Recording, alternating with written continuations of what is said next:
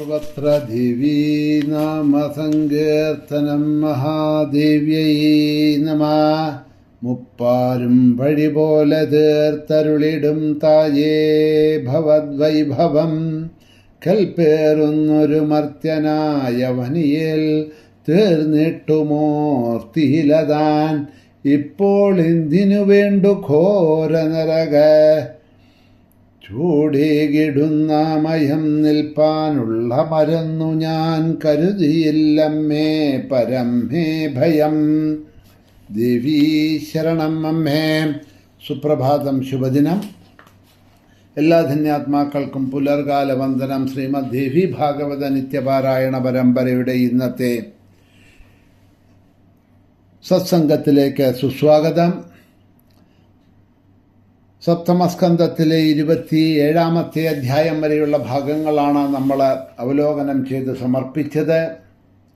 അതിദീർഘമായിട്ട് വരുന്നതായിട്ടുള്ള ദേവി ഭാഗവതത്തിലെ ഹരിശ്ചന്ദ്രൻ്റെ കഥ, ഹരിശ്ചന്ദ്ര ചരിതമാണ് നമ്മൾ ഇത്രയും കുറേ ദിവസങ്ങളായിട്ട് അവലോകനം ചെയ്ത് സമർപ്പിച്ചത്. ദേവീഭക്തനായിട്ടുള്ള ഹരിശ്ചന്ദ്രൻ്റെ കഥയെ അവിടെ പറഞ്ഞത്, വ്യാസൻ പറഞ്ഞത് കേട്ട ജനമേജയൻ്റെ ചോദ്യത്തോടുകൂടിയാണ് അടുത്തതായിട്ടുള്ള 28-ാധ്യായ 28-ാമത്തെ അധ്യായം തുടങ്ങുന്നത്.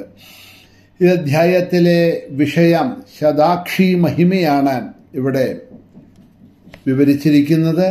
നമുക്ക് ആ കഥയിലേക്ക് പോകാം. ജനമേജയ ഉവാച വിചിത്രമിതമാഖ്യാനം ഹരിശ്ചന്ദ്രസ്യ കീർത്തിതം ശതാക്ഷീപാദഭക്തസ്യ രാജർഷിർ ധാർമ്മികസ്യ ജ. ശതാക്ഷി ദേവീഭക്തനും ധർമ്മികനും രാജശ്രേഷ്ഠനുമായിട്ടുള്ള ഹരിശ്ചന്ദ്രൻ്റെ അത്ഭുതമായിട്ടുള്ള ചരിത്രം അങ്ങ് പറഞ്ഞത്, വിശദമായി പറയുന്നത് ഞാൻ കേട്ടു. വളരെ സന്തോഷമായി. മംഗളസ്വരൂപിണിയായിട്ടുള്ള ആ ശതാക്ഷി ദേവിയുടെ ഉദ്ഭവം എങ്ങനെയാണ്, ആ ദേവിയുടെ അവതാരത്തിന് കാരണമെന്താണ്, ആ കഥകൾ എനിക്ക് കേൾക്കണമെന്ന് അതിയായിട്ടുള്ള താല്പര്യമുണ്ട്. ദേവിയുടെ ഗുണകഥകൾ കേട്ട് ആർക്കാണ് മതിയുണ്ടാവുക? അതുകൊണ്ട് അശ്വമേധ യാഗം ചെയ്താൽ പോലും ലഭിക്കാത്ത ഫലമാണല്ലോ ആ ദേവിയുടെ കഥകളെ സശ്രദ്ധം ഭക്തിയോടുകൂടി ശ്രവിച്ചാൽ കിട്ടുക. അതുകൊണ്ട് ആ ശതാക്ഷി മഹിമകളെ എനിക്ക്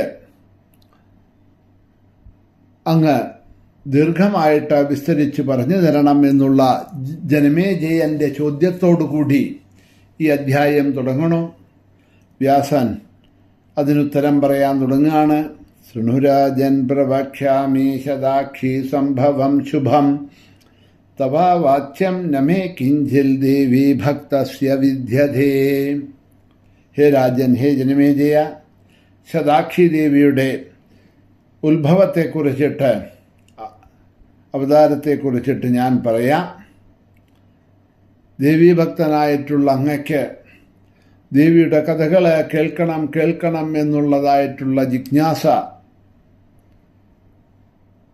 കാണുന്ന സമയത്ത് എങ്ങനെയാ കഥകൾ പറയാതിരിക്കാൻ കഴിയുക എന്ന് ജനമേജയനെ കീർത്തിച്ചുകൊണ്ടും ആ ജഗദംബയുടെ ശതാക്ഷി മഹിമകളെ വിവരിക്കാനായിട്ട് തുടങ്ങണു. ആദ്യമായിട്ട് ശതാക്ഷി ഉത്ഭവത്തിനെ പറയാനായിക്കൊണ്ട് കഥ തുടങ്ങുകയാണ്. പണ്ട് ദുർഗമൻ എന്ന് പറഞ്ഞിട്ടുള്ള ഒരു ദൈത്യൻ, ഒരു അസുരനുണ്ടായിരുന്നു. ഇവൻ ആരാണെന്ന് ചോദിച്ചാൽ ഹിരണ്യാക്ഷൻ്റെ വംശത്തിലെ രുരുവിൻ്റെ പുത്രനായി ജനിച്ച ഒരു മഹാപരാക്രമിയായിരുന്നു ഇവൻ ദുർഗമൻ. അവൻ ചിന്തിച്ചു, ദേവന്മാർക്കെല്ലാം ബലം ഈ വേദമാണ്. ആ വേദം നശിച്ചാൽ ദേവന്മാരും നശിക്കും, ഒരു സംശയമില്ല. അതുകൊണ്ട് എങ്ങനെയെങ്കിലും വേദങ്ങളെ നശിപ്പിക്കണം. വേദത്തിനെ നശിപ്പിച്ചാൽ പിന്നെ ദേവന്മാർക്ക് ബലമുണ്ടാവില്ല. അപ്പോൾ ദേവന്മാരുടെ ബ്രാഹ്മണരുടെ ഒക്കെ ബലത്തിന്, ഋഷികളുടെയും മുനികളുടെയും ഒക്കെ ബലം എന്താണ് എന്ന് ചോദിച്ചാൽ ഈ വേദമാണ്. ആ വേദത്തിനെ നശിപ്പിക്കണം എന്ന് അവൻ തീരുമാനിച്ചു. എന്നാൽ അവരുടെയൊക്കെ ശക്തികൾ ക്ഷയിച്ചു പോവും, താൻ അതിബലവാനായിട്ട് ഇരിക്കാൻ കഴിയും എന്ന് തീരുമാനിച്ചു. അതിനിപ്പോൾ എന്താ ചെയ്യേണ്ടത് എന്ന് ചോദിച്ചാൽ, ബ്രഹ്മാവിനെ തപസ് ചെയ്ത് ഒരു വരം നേടാം എന്ന് വിചാരിച്ചവൻ ഹിമാലയത്തിലേക്ക് പോയിട്ട് ബ്രഹ്മാവിനെ ധ്യാനിച്ചുകൊണ്ട് കഠിനമായിട്ട് തപസ് ചെയ്തു എന്നാണ് പറയണത്. 1000 വർഷമാണത്രേ അവൻ അങ്ങനെ ബ്രഹ്മാവിനെ തപസ് ചെയ്തത്. ഈ 1000 വർഷവും അവൻ അന്നാഹാരങ്ങളൊന്നും കഴിച്ചില്ല, വായു മാത്രമേ ഭക്ഷിച്ചുള്ളൂ എന്ന് പറയാം. എന്ന് പറഞ്ഞാൽ വായു ഭക്ഷിക്കുക എന്ന് പറഞ്ഞാൽ ഒരു ഭക്ഷിക്കേണ്ട വസ്തുവല്ലല്ലോ വായു. വായുഭക്ഷണം എന്ന് പറഞ്ഞാൽ ശ്വാസോച്ഛ്വാസം മാത്രം ചെയ്തുകൊണ്ട് ആ പ്രാണനെ നിലനിർത്താനായിക്കൊണ്ടുള്ള ശ്വാസോച്ഛ്വാസം മാത്രം ചെയ്തുകൊണ്ട് 1000 വർഷം അവൻ അങ്ങനെ നിമഗ്നനായിക്കൊണ്ട് ബ്രഹ്മാവിനെ കൊടും തപസ് ചെയ്തു.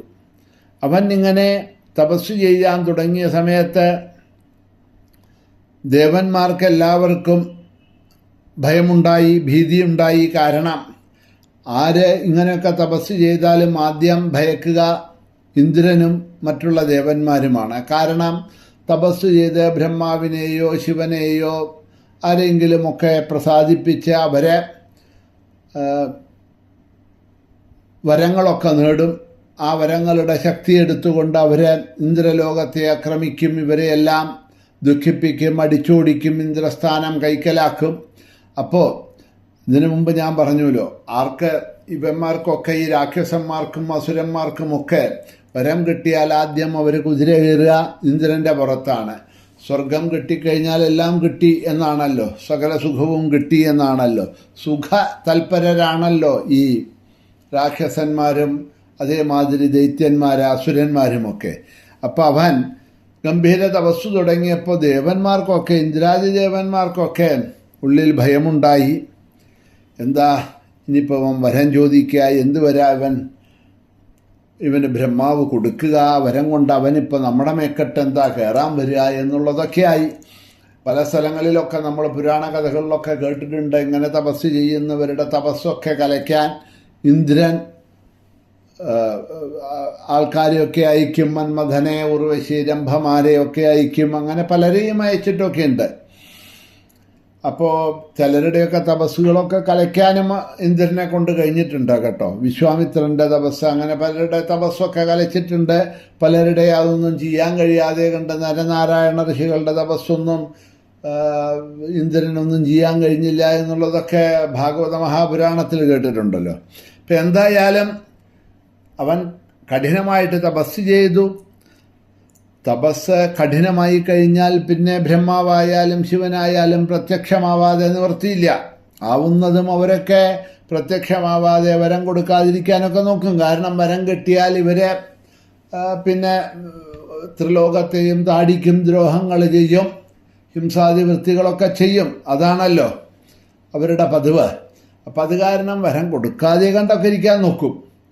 പക്ഷേ തപസ് അങ്ങനെ ഗംഭീരമായിട്ട് പോയി കഴിഞ്ഞാൽ, കൊടും തപസ്സായിക്കഴിഞ്ഞാൽ, ആ തപസ്സിൻ്റെ താപം ഏൽക്കാൻ തുടങ്ങിയാൽ പിന്നെ ബ്രഹ്മാവിനായാലും ശിവനായാലും ശരി അവർക്ക് ഒക്കെ പ്രത്യക്ഷമായി വന്ന് വരം കൊടുക്കാതിരിക്കാൻ നിവർത്തിയില്ല. അപ്പോൾ അങ്ങനെ ബ്രഹ്മാവിന് വരം കൊടുക്കാതിരിക്കാൻ